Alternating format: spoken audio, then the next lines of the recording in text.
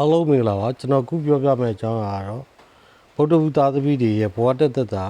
အလုတ်ကံကြမ္မာနဲ့အလုတ်ရည်ရအကြောင်းကိုပြောကြားပေးသွားမှာဖြစ်ပါတယ်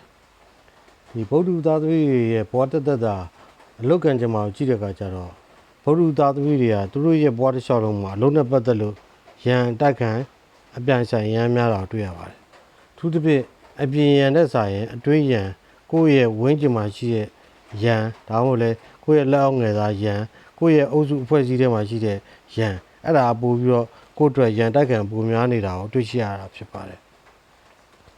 နောက်တစ်ခုကသူတို့ရဲ့ဒီဘဝတစ်လျှောက်လုံးမှာကြည့်မယ်ဆိုရင်သူတို့ရဲ့ဘဝတက်လန်အောင်မြင်မှုတွေဟာဒီတိုက်ခံရန်မပါဘဲနဲ့တော့သူတို့ရဲ့ဘဝတက်လန်အောင်မြင်မှုလွယ်လွယ်ကူနဲ့ကိုမဖြစ်ပါဘူး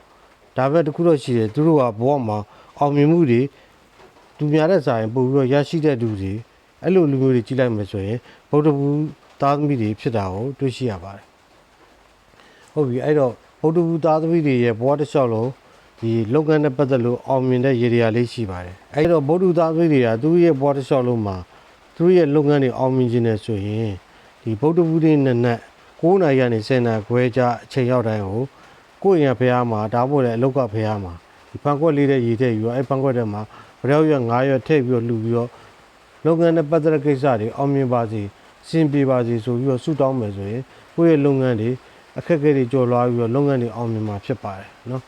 ဒီဗရောက်ဆိုတာဒီတနူးရည်ရဲ့မိန်းနဲ့တက်အတွဲကိုကျွန်တော်စီရင်ပေးထားတာဖြစ်ပါတယ်